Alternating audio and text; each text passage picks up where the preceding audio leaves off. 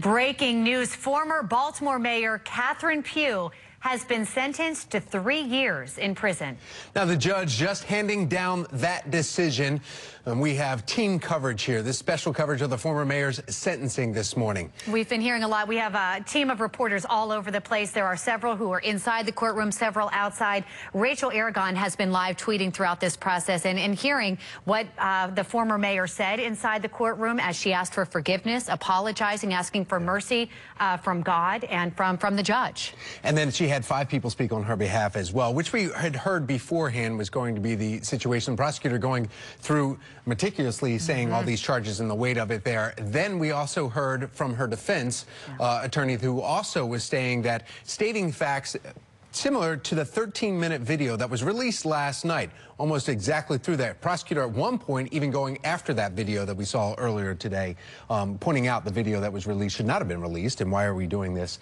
And then the judge, when we are getting the tweets also from Rachel saying how the judge, Chastinell, she went through each particular system there. And, you know, many wondering if she went into this knowing what the sentence would be, but she had mentioned that she wasn't sure how she was going to, you know, rule on this. She waited to hear from the defense and from the prosecutors and those standing up for the former mayor. You're taking a live look outside federal courthouse here this morning. Obviously, a swarm of media. We've been waiting to hear what this decision would be.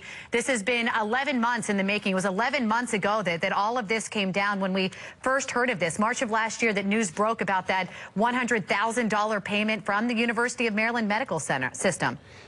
Yeah, and it went from there, though. It started from there, and then it started turning into the scandal that kept getting larger and larger, going with UMMS and University of Maryland's medical system here. And that also was part of, you saw in those live tweets coming from Rachel, you saw the judge referring to that, the prosecution referring to that, even the judge saying, shame on you at UMMS board at one point, pointing to them, saying this is not how they should act. Between them. Also, the defense now saying, you know what, this went on, but it started out as something large, but then the judge even calling the defense attorney Sullivan out on that one, saying, no, wait a minute, or Silverman, I should say, because you also knew that this was going to go there. All right, well, we want to go outside. We have Elijah Westbrook live outside the courthouse there, downtown. Elijah, you know, what is the emotion out there now that the sentence has been handed down? Well, Tom and Megan, I can tell you it's been pretty quiet out this way. Of course, you know, we've been seeing some people going in and out the courthouse, particularly unrelated to this case. The emotion has been quiet, but as you guys know, I had, when I first started at Fox 45 about a year ago at this point, this case was unraveling, and I've been able to see when the raids were going down over at City Hall, also in front of her house, and of course the FBI and IRS were coming out with boxes of documents and other evidence to, you know, particularly give her the verdict in this case. As you can see there behind us, there are several other media outlets out here covering this case, and this is a huge monumental case to the city of Baltimore. So much has developed over the past year because of what Catherine Pugh is accused of doing at this point. A lot of city council people have been, you know, coming up with proposals to corruption in this case, or just corruption in the city of Baltimore. And this is a very pivotal moment right now. Again, as you guys just mentioned, and as we all just learned, she'll be facing 3 years behind bars for wire fraud and tax evasion charges. And just the atmosphere in general has been pretty quiet. We are waiting for U.S. State's Attorney Robert Hur to speak with us about what went on inside the courtroom. I've been standing outside of the courthouse. We have our crime and justice reporter and Shelley Orman and, of course, Joy LaPola inside the courtroom right now, listening in, taking notes about what happened inside. I've been outside just getting some secondary information, but this is a big day for Catherine Pugh, as she will be facing 3 years behind bars.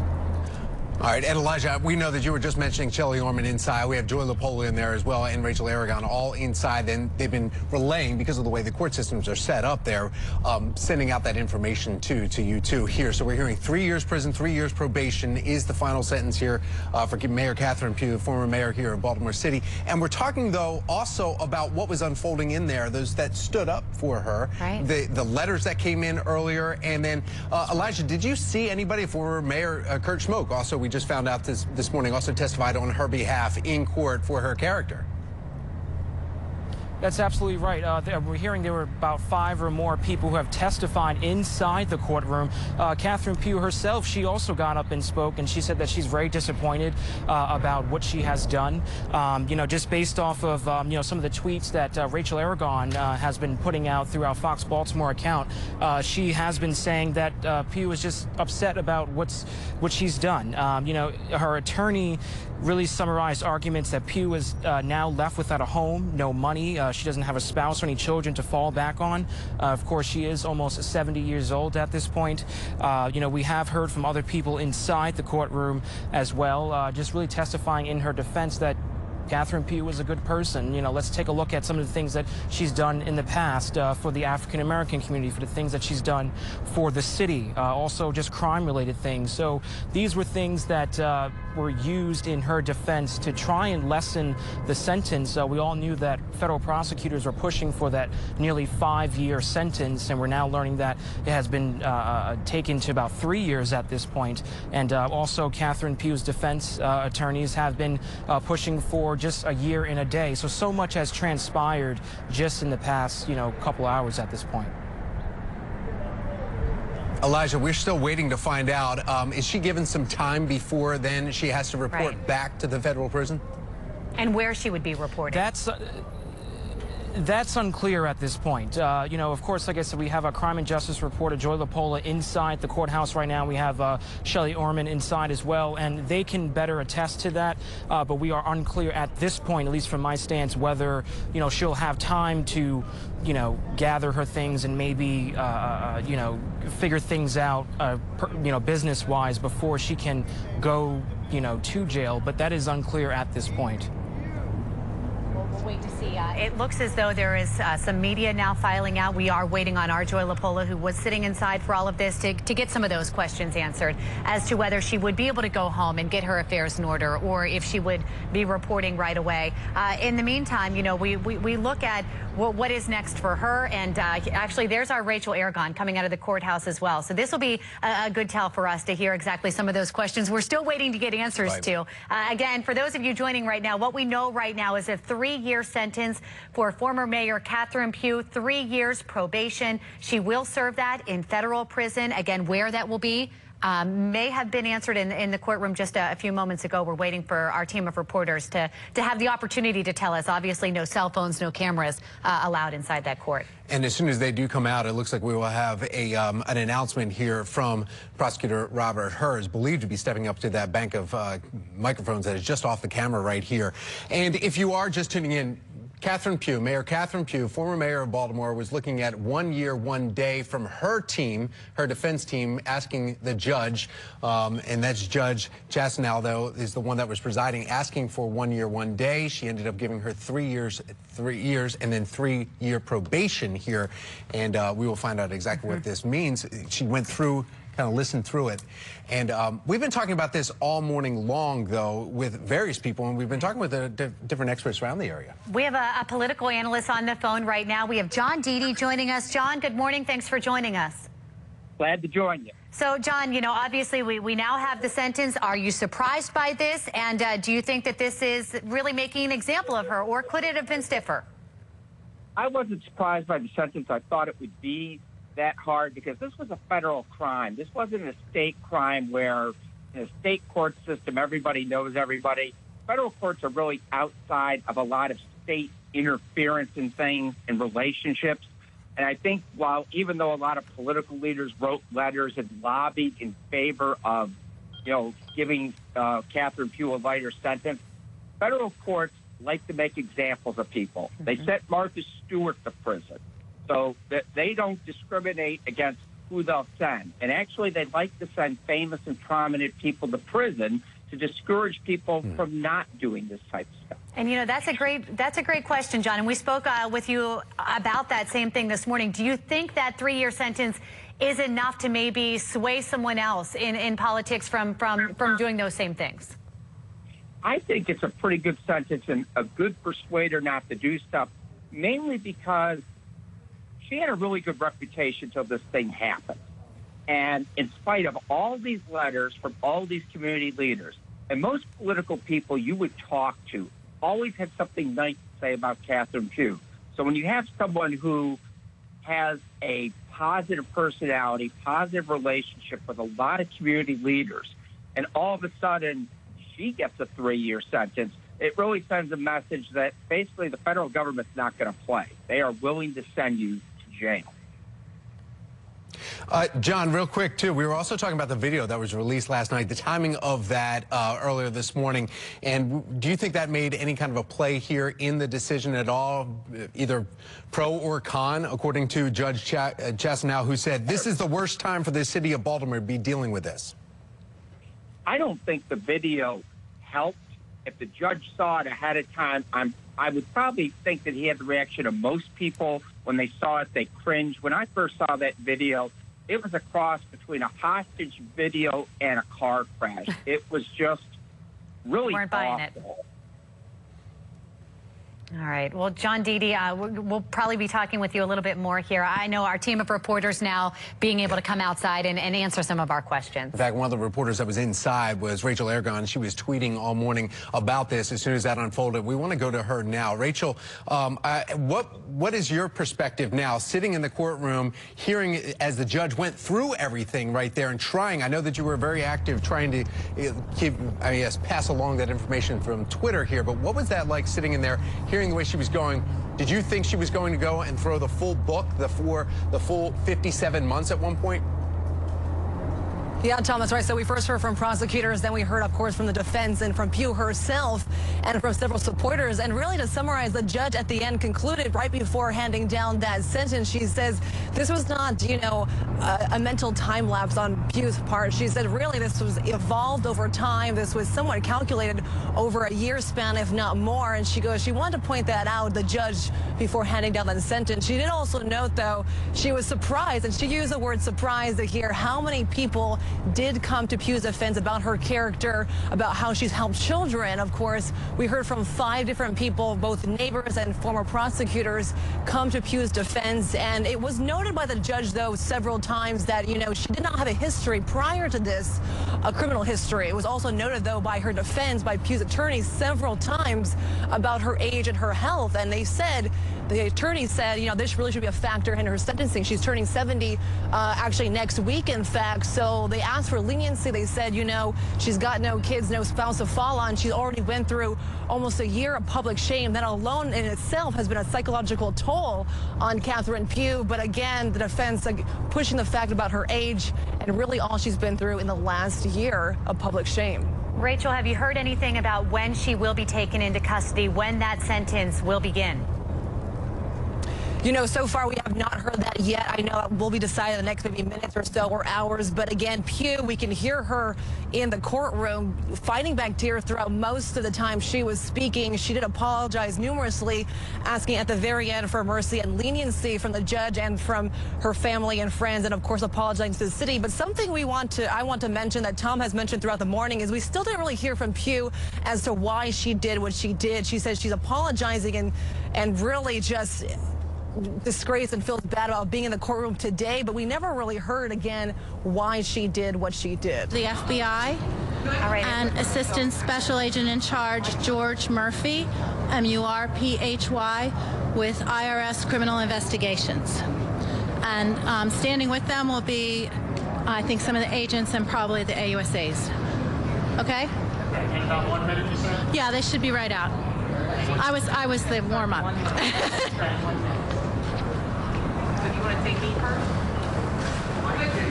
All right, Rachel, I'm not sure. Is Rachel still with us right now?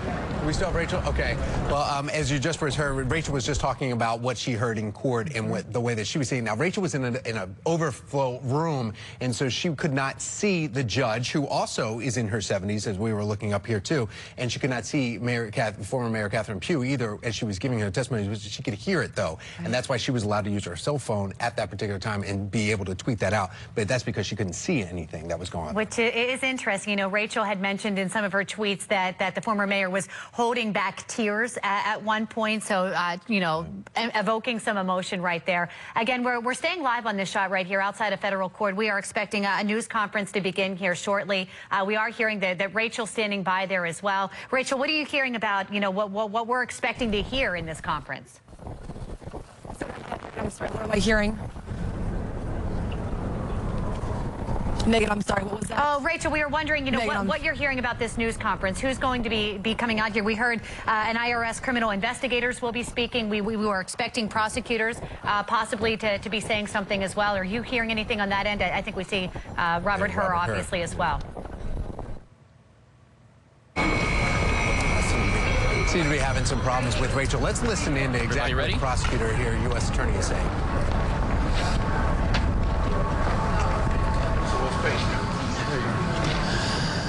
Good afternoon. I'm Robert Hur, United States Attorney for the District of Maryland. I'm joined by the team from my office as well as the FBI and the IRS.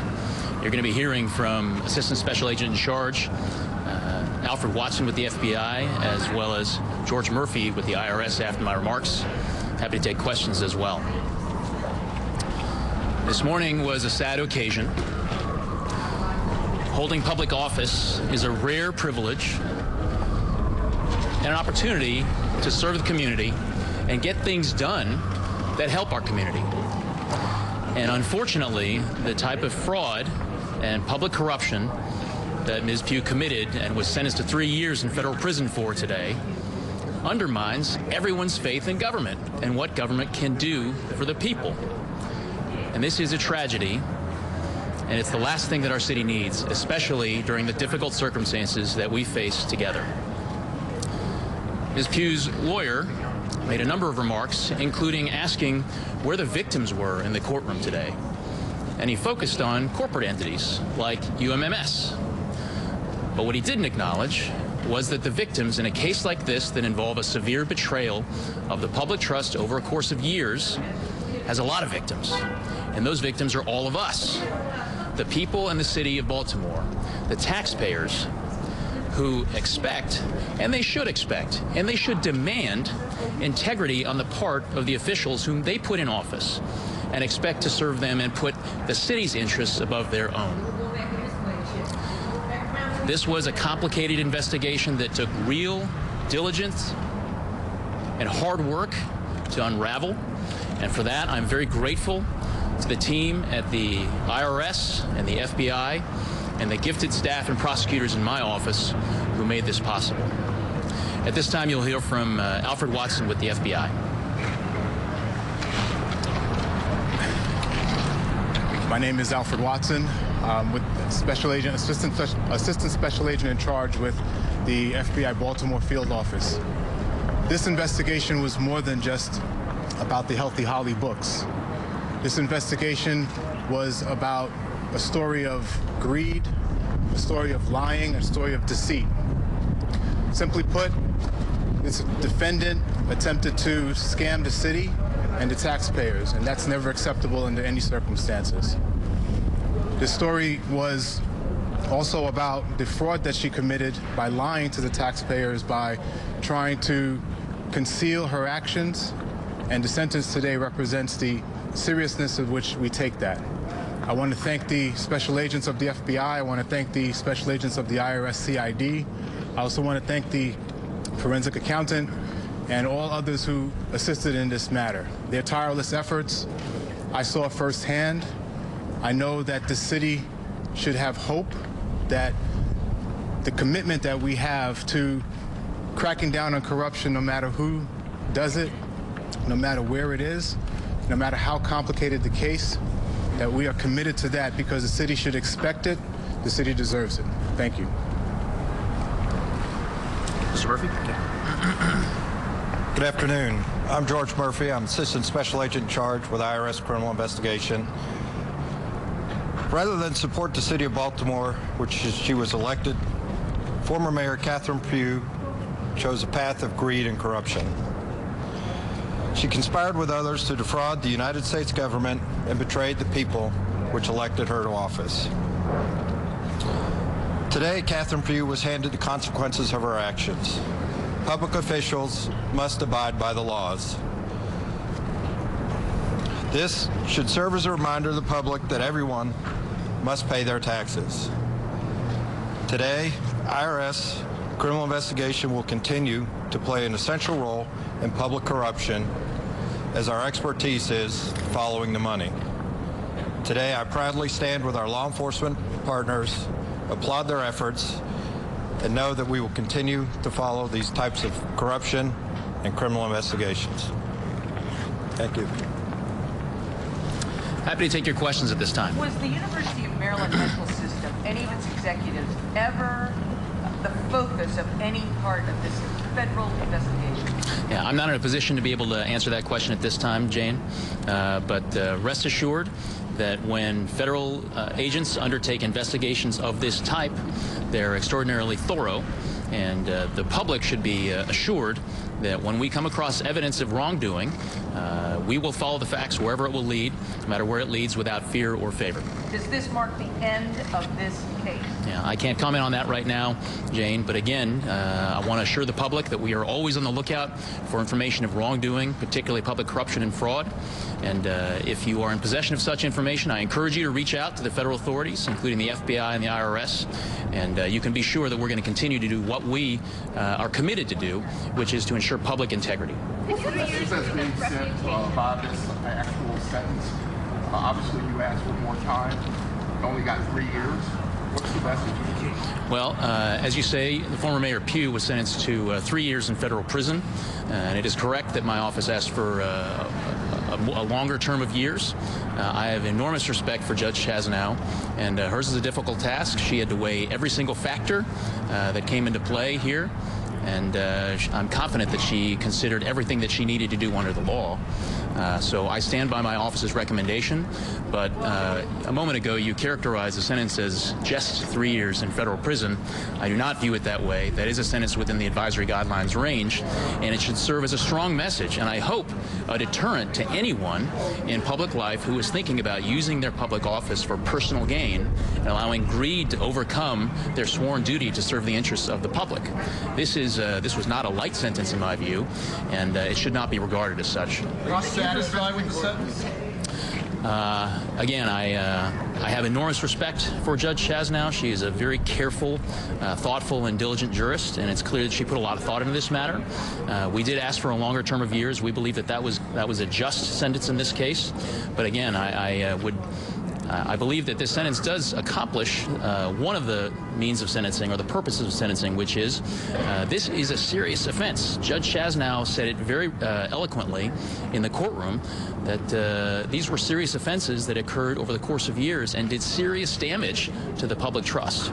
Prosecutors mentioned in court that there was an attempt to fix the election through the Healthy Holly books. Do you think that the election was legitimate and she deserved to win, or do you think it undermined the outcome?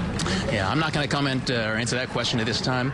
The comments of my team in the courtroom during the sentencing hearing stand for themselves. Could you speak to the role her reputation played in covering up this scheme? Yeah. Well, the point that my prosecutors made during the sentencing hearing, and that Judge Chasnow agreed with, was that it's very true that Ms. Pugh spent and dedicated a significant part of her career to doing good things for the community and making life better for our citizens. But in the end, during the last 7 years of her career, and that was a span of the crimes that she committed in this case, the reputation that she had for responsibility and commitment to the welfare of all citizens actually enabled her to commit the crimes and to continue committing the crimes and to convince people to go along with and to become essentially victims and go along with the crimes that she was committing over a period of years. How would you describe the role of J.P. Grant in this case? Yeah. Well, the facts speak for themselves, and I'm not going to go beyond what is stated in the statement of facts and was allocated today during the sentencing hearing. He did provide some funds, and beyond that, I'm not going to comment at this time. There's a dispute about the amount of funds. Yeah, I'm not going to clarify it at this time. Thank you. Any other questions? Okay, thank you, everybody. Right, listening to that news conference, just wrapping up there, hearing from all sides, from the IRS to the FBI and federal prosecutor Robert Hur. Yeah, and we're hearing this, and again, going over the facts right here, if you're just joining in the middle of this extended coverage here of the sentencing of former Mayor Catherine Pugh. She received 3 years behind federal bars and then 3 years probation, and she must pay restitution. And what we're reading from that is $400,000 back to University of Maryland. And then we also have other restitutions. Now we want to, actually right now, one of the people that spoke in her behalf was former Mayor Catherine Pugh. 70 years old by the time she surrenders.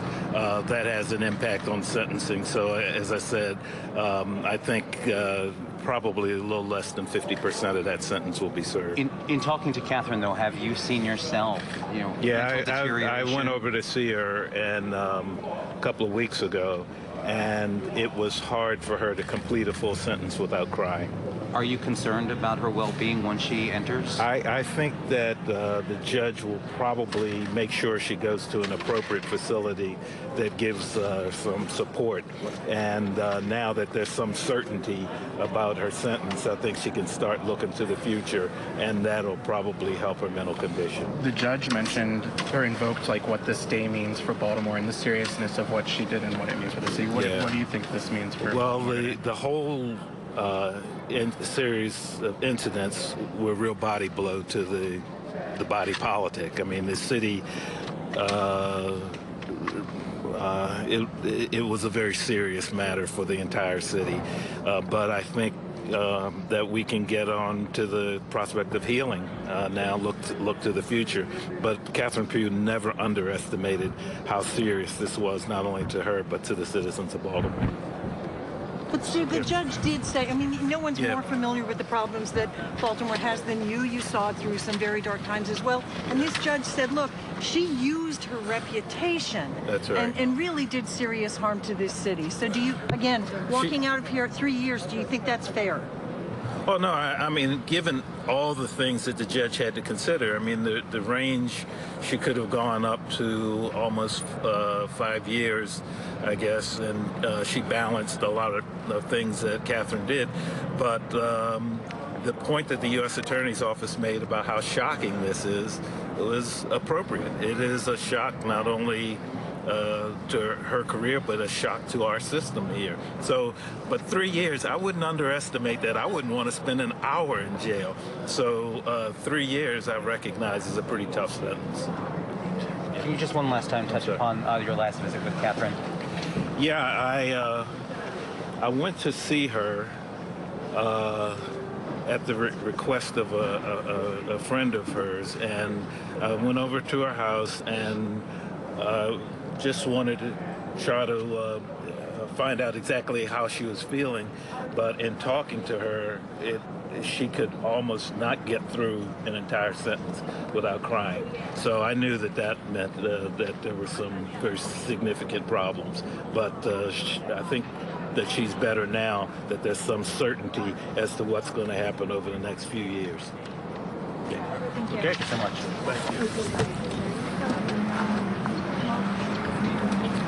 All right, again, you were just listening in outside of the courthouse where Mayor Catherine Pugh was just sentenced to 3 years in prison and 3 years probation, where we were just hearing a former mayor who had spoke to her, Kurt Schmoke, talking about what her health issues were. We've heard that multiple times. In fact, we even saw that one of the last times she was here in the city giving that press conference at City Hall, where she came up with that. It was just that awkward press conference where she held it and she brought up that line of clothing, baby clothing from Too Chic Boutique, which is co-partnered with comptroller of our city, Joan Pratt, who is also in there, who is, nobody's name has been brought, they have not brought up her name yet, but they have been bringing up people on the UMMS board possibly involved with this. Which is interesting, because something that Robert Hur, federal prosecutor, mentioned when asked, is this the end? He said he wouldn't comment on if this is the end of the case. So whether that's a yes or a no, I guess you could read into it on either side. Obviously, we have Joy LaPolla. She is out there at the federal courthouse moving her way around.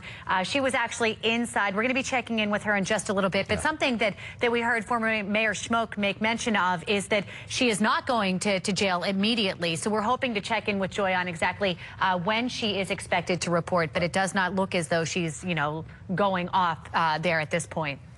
All right, now we have we're actually trying to catch up with a lot of people as they leave the court here, and let's listen into this next interview. At University of Maryland in rehabilitative counseling. So my journey started after her fall, and she's very remorseful, and it's just been a really sad day for her, you know, but the prayers of everyone has been going up for her, and we've been praying that God would give her strength that no matter whatever the verdict was, that she would be able to make it through. So, yeah, it brought tears to my eyes because she has done so much good. And to come down to this was sad. And what do you think about the 3 years? I think it's a lot. Personally, I think it's a lot. I think she could do better off doing some type of community service or something that could help, you know, and everything. But I guess we just have to deal with that. Given that you know her and how they were afraid that her attorneys were saying they weren't sure she could handle it. Well, dealing with her, it's going to be rough. It is really, I mean, she was anticipating, you know, the worst at first, and then she, you know, got some hope and everything, but I don't know how she's going to deal with the confinement and not being able to get to her for I do know that they're going to be giving her some counseling while she's there, but she's definitely going to need continual support and round the clock. You're worried about the mental, not necessarily. Well, the mental effects are physical because she hasn't been eating. You know, she had lost some weight and things like that. So to keep her, you know, mentally stable so she can get through this is going to be important. I know she's going to be writing books, things like that. She's started already. So hopefully mentally she'll be able to continue to do that while she's on this journey. What has she been writing? Her personal bio and her experiences, life experiences, and I'm sure it's going to include this too, you know, but that's good. May I get your name before you go? I'm Rachel Saunders Rawlins. Will you spell that, please? Rachael, Saunders, Saunders, Rawlins, R-A. Listening in, those who knew her and reflecting on her emotional state. Again, hearing about that, that mental state, that emotional state, and that she's back to writing. And of course, that team coverage continues here at the courthouse. We've had Joy LaPola, who is inside that federal courthouse, and is just kind of, Joy, I know it's been a whirlwind right now. We've been hearing from various different aspects here. Where are you now with this? Have we heard any of the facts about what time she needs to report back for federal prison and where that location may be? So what the judge said, there is no definitive date at this time. She left court being told that if she doesn't hear from the court by April 13th, then she should contact someone here. So she is expected to be surrendering no later than April 13th. But again, that's under the understanding that she will be notified by the court. So it's a little wonky, but at this point, it's expected that she will have to surrender before April 13th. Joy, we were also wondering is where she will be serving. Have you heard, what kind of a facility she would be reporting to? No, they didn't address that in court before she left. And right now, former Mayor Catherine Pugh is still inside. We're waiting for her to exit the courthouse here. We did have an opportunity to hear from her in court. At times, she did get choked up when she was addressing how she let herself down, as well as, everyone here in the city. And what the judge said just prior to announcing Pugh's sentence is that, this couldn't have come at a worse time for the city. And referencing this sentencing and really referencing this crime.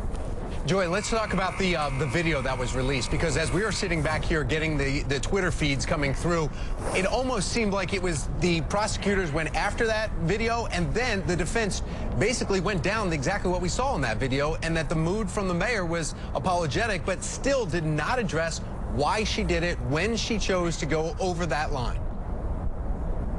No, exactly. And what the government, the point they were trying to make is that even up until last night, they would argue that Pugh was trying to use her reputation, was trying to use her political past and her accomplishments to basically manipulate the message here, you know, to deter from what's actually happening, and that being that she was going to report here for her sentencing today.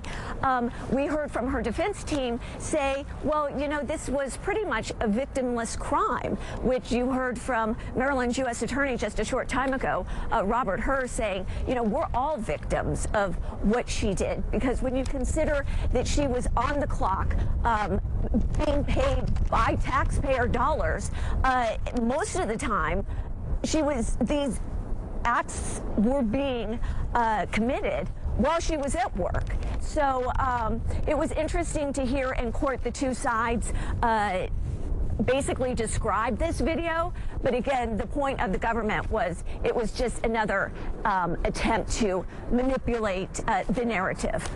Joy, when that sentence was handed down, what was the reaction in there? Were people surprised? Was there, you know, clapping or sadness? What was going on? Well, it was a full courtroom, and her friends, they were tearing up. They had Kleenex. There was a box of Kleenexes in front of Pugh at times. Again, when people, the character witnesses, were speaking on her behalf, she was crying a little bit, sitting there listening to these friends, you know, talk about what a great person she is, yet she's here in federal court being sentenced for committing a crime, tax evasion and fraud. But it was emotional for her friends. What was really interesting is at one point her defense team turned around to the gallery and said, look, you know, you have so many supporters here. And one gentleman who was sitting there said, I'm not here as a supporter. And it was kind of interesting just to hear from that one person that, you know, everyone in that courtroom, besides the journalist and the, you know, local leaders who came to watch this unfold, there were some people in that courtroom who were not a supporter of Pugh and were visibly upset and angered by her actions. You were just talking about it, Joy, about what happened there with people actually testifying there, also hearing the letters here. But going back to that apology video, do you think, sitting in that courtroom, do you think that helped her, or do you think it hurt her, or nothing at all? Oh, I think that I think it probably had little impact, just because of the other factors that the judge was considering. You know, she was considering her mental state, her past accomplishments. Those were factors, the sentencing guidelines. So there were a lot of other factors at play besides that video. I don't think it hurt, but I don't think it helped either. Right. Joy LaPolla, thank you so much. We're going to be checking back in with you in just a minute. Meantime, our team of reporters all around that federal courthouse. Just a little while ago, we heard an interview with Rachel Sanders Rollins, who is someone who is close to the former mayor. That interview done by our own Shelley Orman. In fact, Shelley Orman's outside there now. And Shelley, I know that a lot of people have been coming out of that courthouse. You're trying to gather as much information and get the emotion that was happening unfolding inside there. No cameras allowed inside where you were. What was it like for you sitting in there? Did you think at one point it was going to be a full 57 months handed down by the judge? Wait, say that again? Well, guys, I will say I was actually sitting next to Rachel Sanders Rollins. That's why I talked to her when she walked out, because it was emotional. She was one of Catherine Pugh's friends. She's known her for years, and she actually did have tears. And several people around me were pulling out tissues when this, throughout the day, but definitely when the judge said 3 years, because they had hoped for a little bit more leniency. I'm not sure how much Joy explained about the setup, but it's kind of set up like a stadium seating, almost like you were in a movie theater, and it was packed, very, very full. A lot of supporters, and then also some critics, and a lot of media in there as well. And again, this lasted for about 3 hours, I believe. And at one point, I'm just looking at some of my notes, the judge questioned the Steve Silverman a few times when he was up there talking about if it would have ever been appropriate for the mayor to create an entity that would be doing business with a board that she served on. And she did ask him 2 or 3 questions directed to that. And at the end, I have written down something she said. She says, "It is astounding. I've yet to hear any explanation that makes any sense. This was not a tiny mistake, a lack of judgment. This came to become a very large fraud." And that was, I think, something that she took into account when hearing from all these people, when seeing the supporters in there and getting almost 80 of those character witness letters. She said she knows that Catherine Pugh has done a lot of goods, and she's not just this one part of her.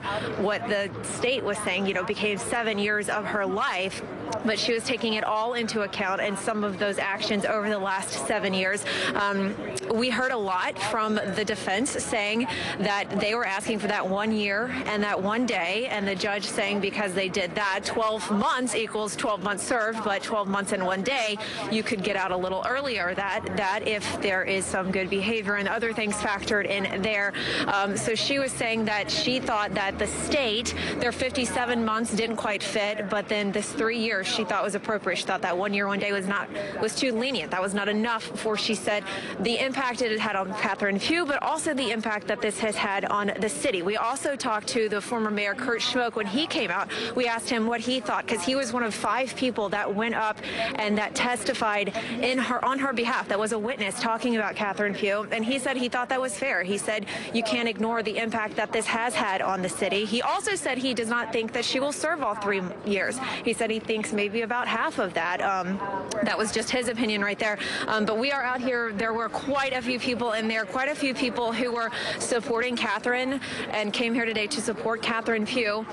She did appear very reserved. Her voice trembled. She did cry. I noticed as soon as she walked in, she kind of looked at all of those people who were standing up there in the stands, and she did wipe away a tear when she sat down. And then a few of them, some of the people I was sitting near, they were trying to wave at her to get her attention, to let her know, hey, she did have some supporters here.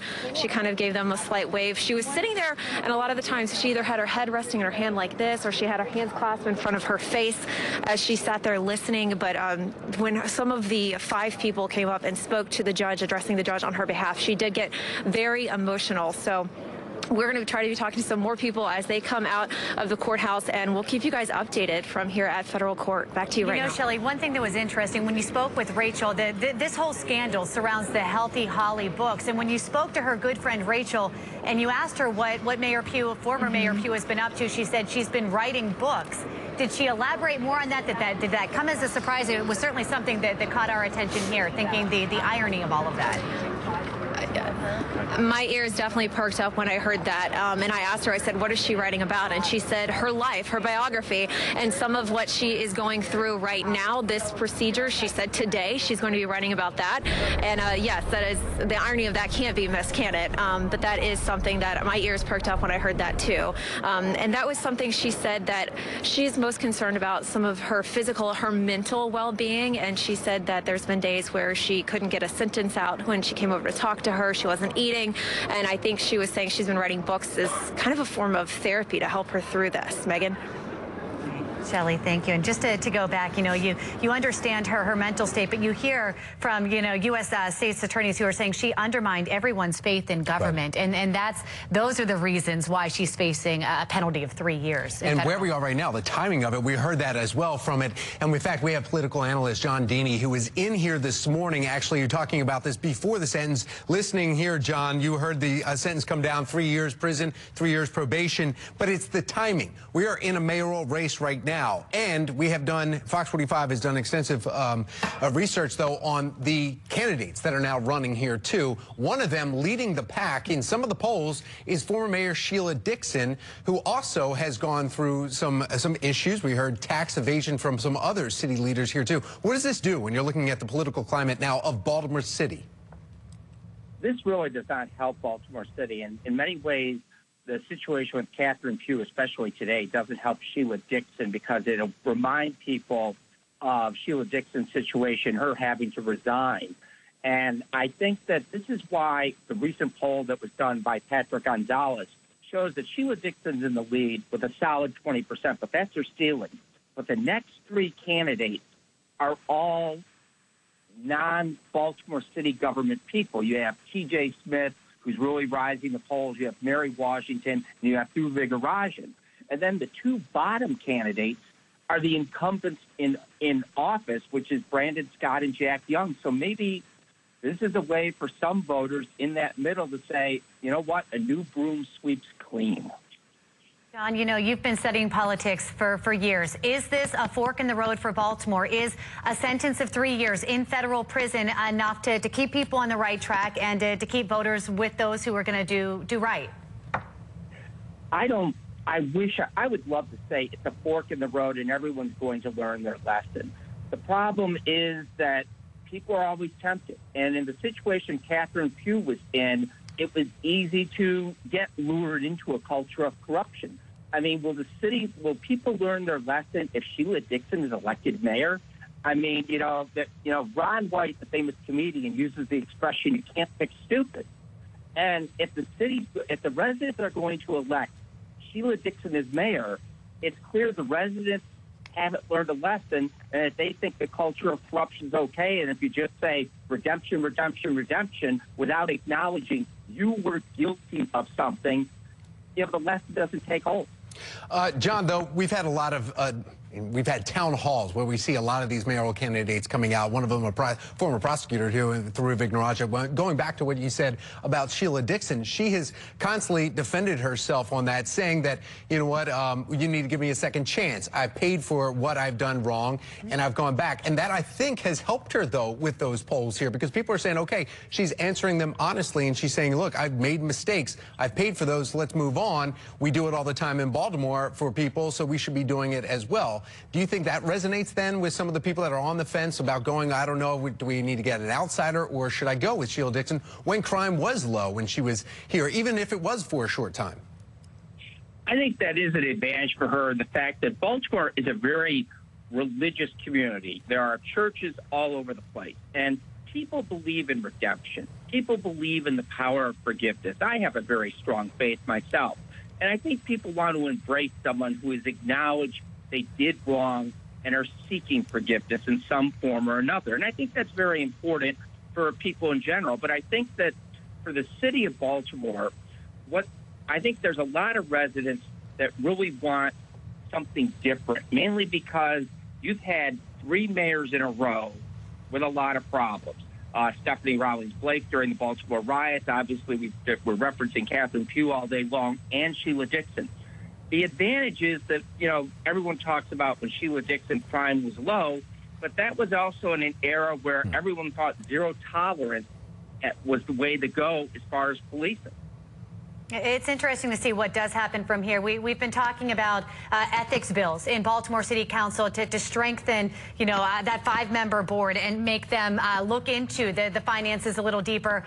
Do you think that could be the change, maybe that openness?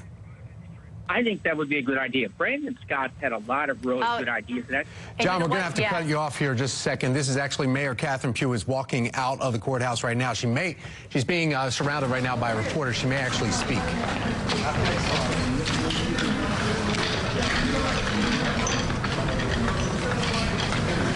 Not sure if she's going to take reporters' questions at all. Looks like she's just trying to make herself through here. When she came in, people were saying that, she looked like she was in high spirits. It looks like she's doing well as well, too, here. Not emotional, but she may actually be speaking with reporters. Let's listen to her. Okay. Let me just first say to all the supporters, the friends, all the people who wrote on my behalf. I want to say thank you to all of them. But I think the first thing I should do is apologize to the citizens of Baltimore who put their faith and trust in me as their mayor, and to all the people who put their faith and trust in me as a state senator and as a delegate. And I will remind you that one of the things that I said in the courtroom was that none of this was intentionally what it turned out to be. And today I face the justice system. And I know that the justice system is set up to protect those who violate the system and those who criminalize the system. And so as one who's gone through this, I don't wish this on anybody. Again, I'm apologetic to the citizens of Baltimore. Nobody loves Baltimore more than I do. And I think many of you followed me over the years. At 4 o'clock in the morning, I think some folks met me at 4 a.m. in the morning till 10 or 11 o'clock at night because I believe in this city. And I know that Baltimore will move forward. We've got some great people out there. I hope that will take over the realms of mayor. But, what I want the citizens of Baltimore to do is to continue to believe in the future of our city. And again, I apologize to the city, the state, and I had folks who flew in from across the country today, and so I apologize to them as well. Sometimes when you think you're doing one thing, as my mother used to say, it's not what you intend to do, it is what you do. And all of us pay the price for the things that don't turn out the way that they should turn out. I am also grateful to those members of boards and commissions that I've served over the years. And I look forward to rebuilding my life and getting myself back together. I tell you, those lights y'all shined on the corner of my street for those many days, it was painful. I've learned a lot of lessons. I've learned the lessons of how you make sure that what you intend to do, you get done, that you surround yourself with people, who don't want to serve you, but get the job done. And so I will take those lessons with me. I will continue to listen, learn, and I don't think this is the last chapter for Catherine Pugh, and I look forward to regaining my strength, my zeal, my love for the people of the city. And again, let me just take a moment to thank all of those people, everybody who appeared today in the courtroom. And as somebody said, they all weren't supporters. Most of them were. And everybody who traveled far and near to be here, and the letters. And I want to thank my team, who fought every day on my behalf. And I should also take a moment to thank I call them my nurses and my angels. And believe it or not, I could not get up those first 60, 90 days that I laid crawled up in my bed, unable to move. I just couldn't. It was hard to face, and it is for all people. Sometimes it's hard to face what really actually does occur. So again, it's not the last you'll see of Catherine Pugh, but thank you all. And thanks to my team and my friends and everybody. Thank you. Talk about your mental and physical well-being moving forward. Yeah, let me just say this, because this is really hard. I think this is hard to stand here with you all. I will continue to make sure that my mental and physical health, and you all know that I did suffer pneumonia, bronchitis, some other things. This is a time for me to rebuild my life, and so thank you. Thank you. Thank you. Thank you. Hey.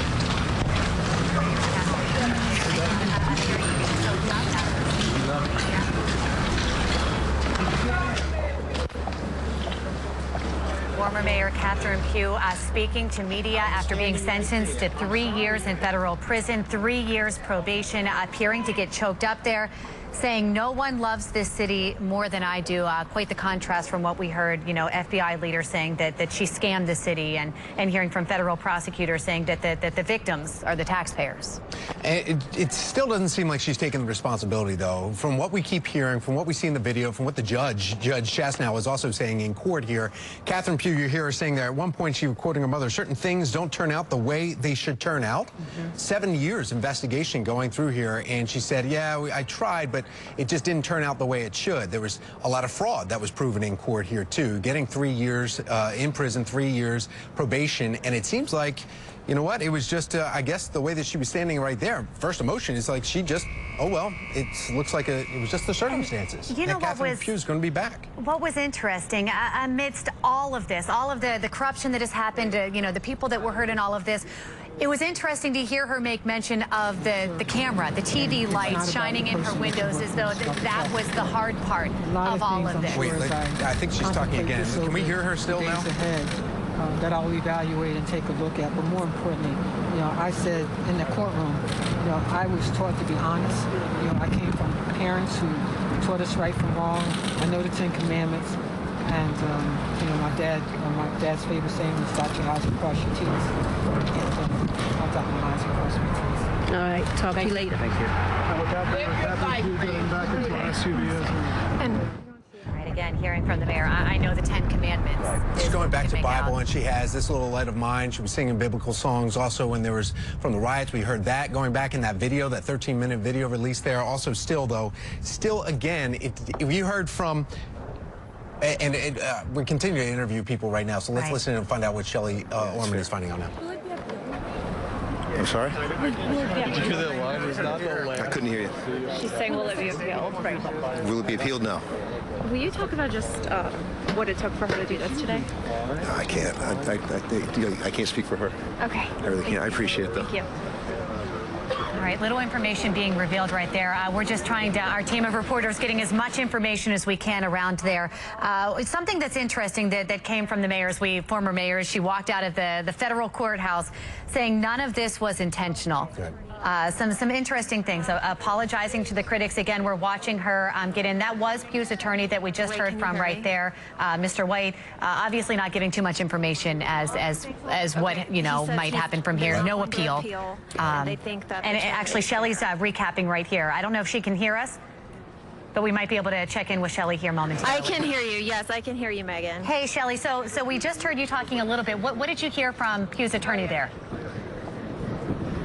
So that was one of her attorneys who spoke in court. I asked him if they plan to appeal because the judge had said they have 2 weeks to do so. If they do, he said they do not plan to appeal this.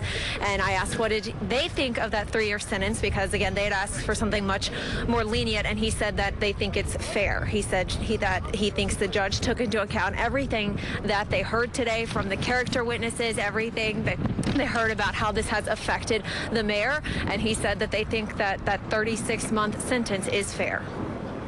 All right, Shelley, thank you. And again, though, nobody has heard anything about her actually seeming like taking responsibility. She's apologized for what happened, but it doesn't seem like she's owned up to the greed that was mentioned both from the IRS, the FBI, and also U.S. Attorney Robert Hurt. Have you heard her say that she's taken any responsibility in court or out? Yes, she did say that in court today. Sorry, I'm going over my notes today. If you could see this huge notepad that I have in front of me, I'm trying to flip to the notes that I had when she got up and she gave the allocution, and she was trembling. She stood up at the podium. She said that she apologized for having to be here today for the actions that led her here. And she said, I have this written down, I stand here to take full responsibility for all I've done that led me to this courtroom. She said her own shortcomings and actions, not responding the way she was taught, led her there. She spoke for 8 minutes. She read from a prepared statement. She was tearful during that statement, and she did say, again, I have this whole page of notes that I took here, lots of notes during this this court proceeding today, but she did say those words. All right, thank you, Shelley. We appreciate hearing that. We want to check in now on the phone. Our joining us once again this morning. John, thanks again for talking with us. I don't know if you were able to hear all of what the former Mayor Pugh said as she was walking out, but something that was interesting that made us look up is she said this is not the last chapter for Catherine Pugh, talking in third person there. Are you surprised by this? In her mind, what do you think she's thinking is next? I'm not surprised she said that, and I might say the same thing in a similar circumstance because she's going to face some time in prison. She's got to have something to look forward to afterwards, or look forward to as she goes into prison. So I think for her, to say this is not the last chapter, talk about writing a book, in a situation like this, you have to think about looking forward into the future. And I think what may help her get through this difficult time that she's going to have for almost the next 3 years is when she's finally released, what she will do. So I wasn't surprised by the language she used, and I think in a situation like this, it's going to be difficult. Years ago, I taught at the downtown prison in Baltimore for 2 years. This is going to be a very difficult time for her. And when I was there teaching the people at the state prison, what kept them going besides taking classes, feeling, hey, there's a future for me when I get out, that's what kept them going, knowing that someday, hopefully, they will be released and they'll have something to look forward to. So I think that's going to be very important for her.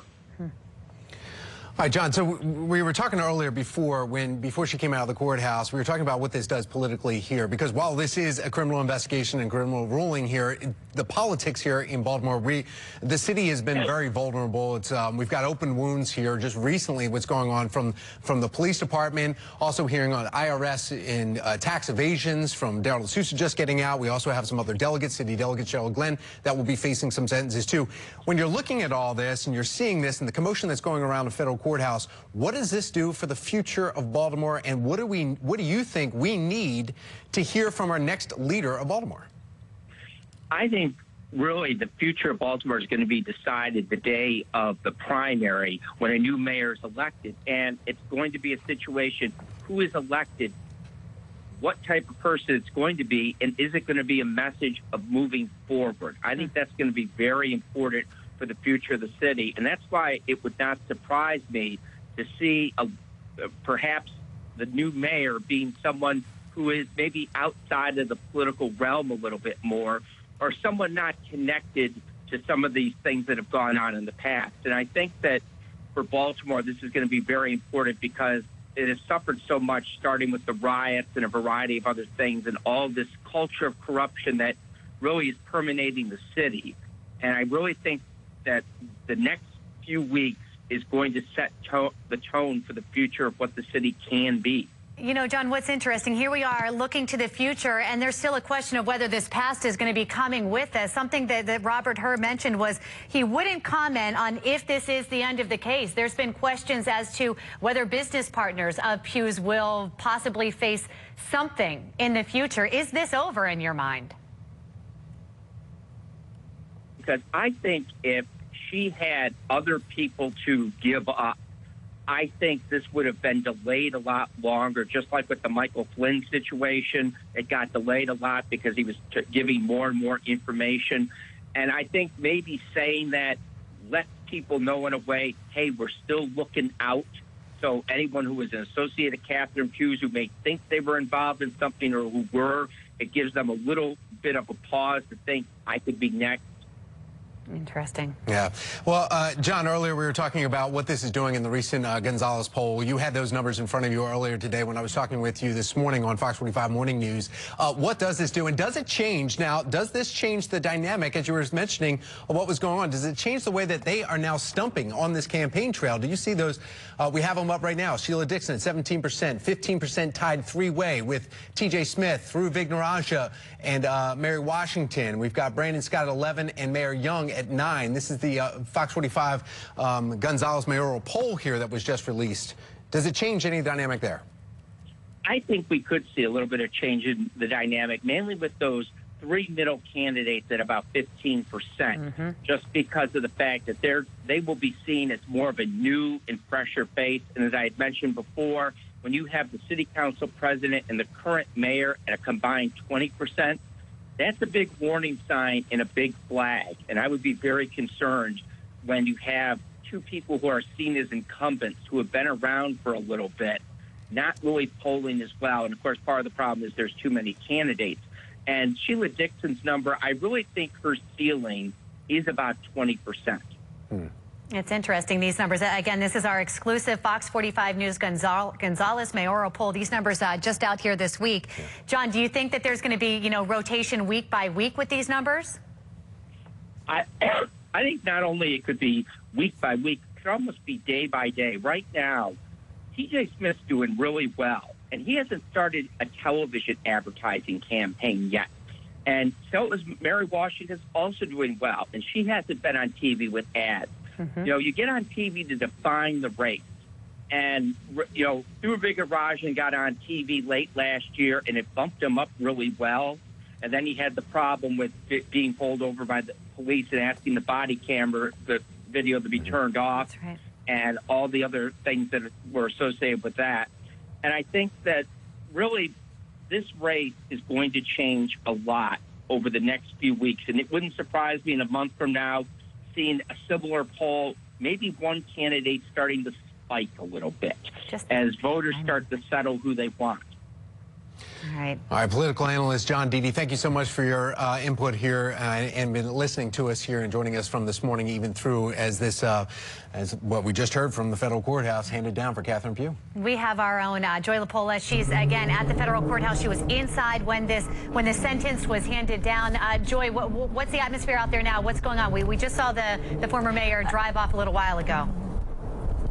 Well, things have pretty much quieted down here, Megan, now that the former mayor has left. But just touching on, you know, you were talking a little bit about Sheila Dixon, and I covered that trial. And I have to tell you, you know, sitting in this courtroom and watching, you know, another mayor be sentenced, it is shocking. It's unbelievable.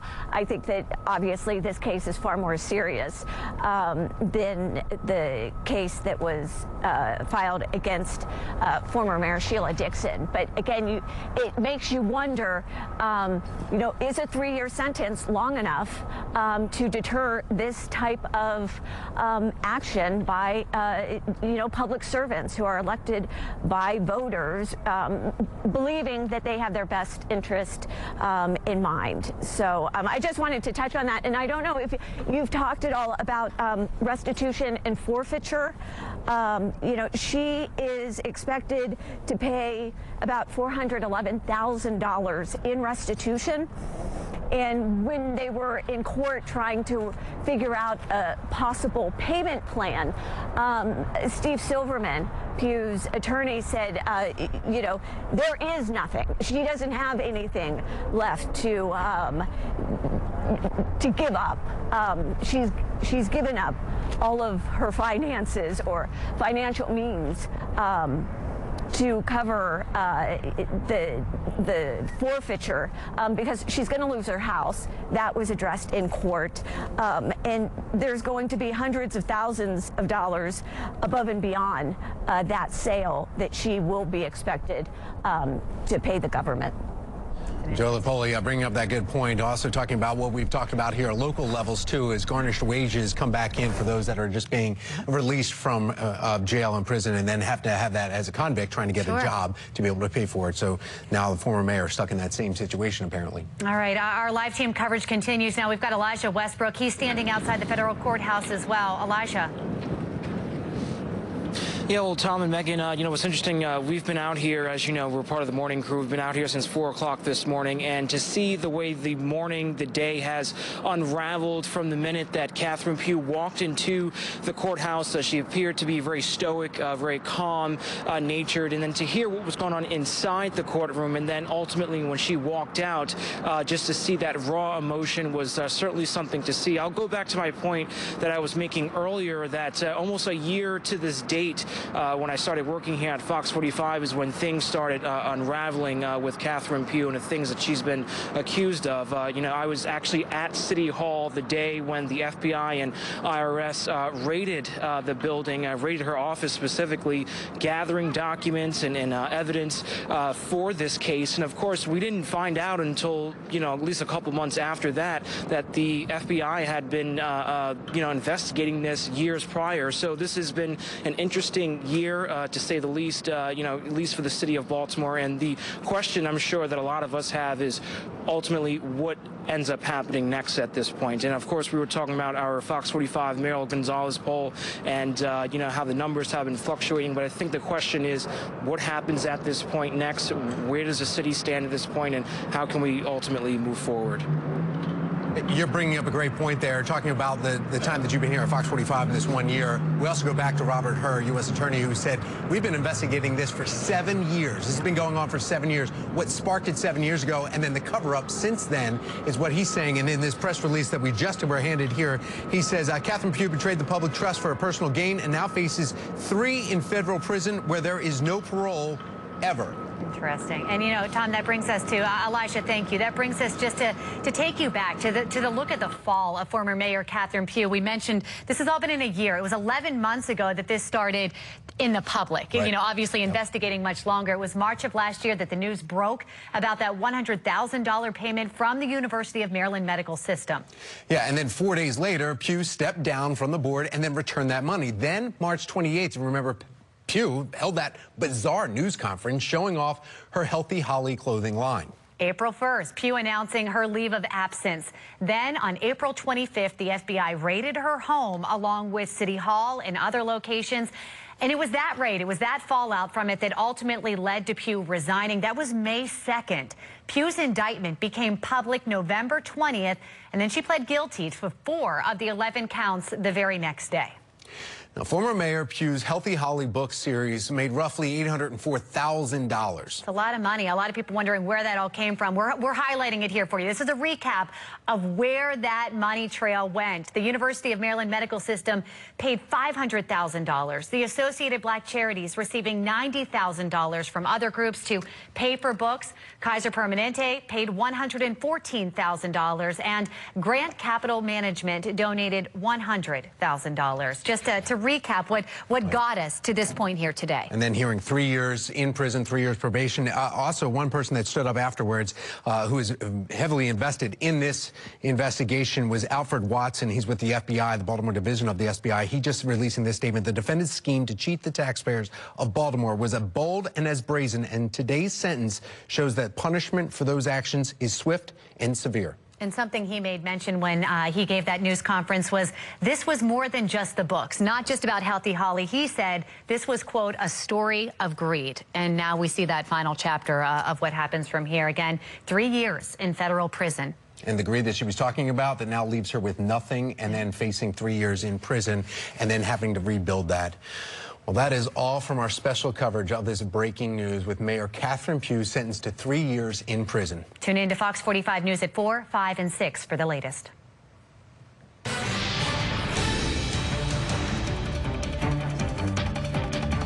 Hurry to Value City Furniture. It's the final days to buy more and save more store-wide. Plus, why wait on your tax refund when just $1 gets you the styles you want right now? No credit needed. Or enjoy 48 months, no interest financing. Now at Value City Furniture. Time and Temp, brought to you by attorneys Gilman and Bedigian. Helping you is what we do. They say the first person to call when you need help is your lawyer. So I'm doing my regular deliveries and I'm lifting this package and I feel this stabbing pain in my back. My doctor says I need surgery. How am I going to live? It's a tough world when you get hurt on the job. That's why Marylanders call Avinas, Tolzman, and Hamilton, who will fight for their rights and get them the money they deserve. There are no upfront costs. We get paid when you get paid. Thanks. You're definitely helping ease the pain. Call Avinas, Tolzman, and Hamilton. It's a tough world. You need a tough lawyer. Rev up the savings at Heritage Chrysler Dodge Jeep Ram. During our presidential savings event, save $8,090 on a 2020 Jeep Grand Cherokee Laredo E 4x4 or lease for $239 a month for 42 months. After my car accident, I didn't know that a lawyer would help deal with all my medical bills. I didn't know I could also get money for pain and suffering. We do know. Call 1-800-LAWYERS or visit youhavealawyer.com.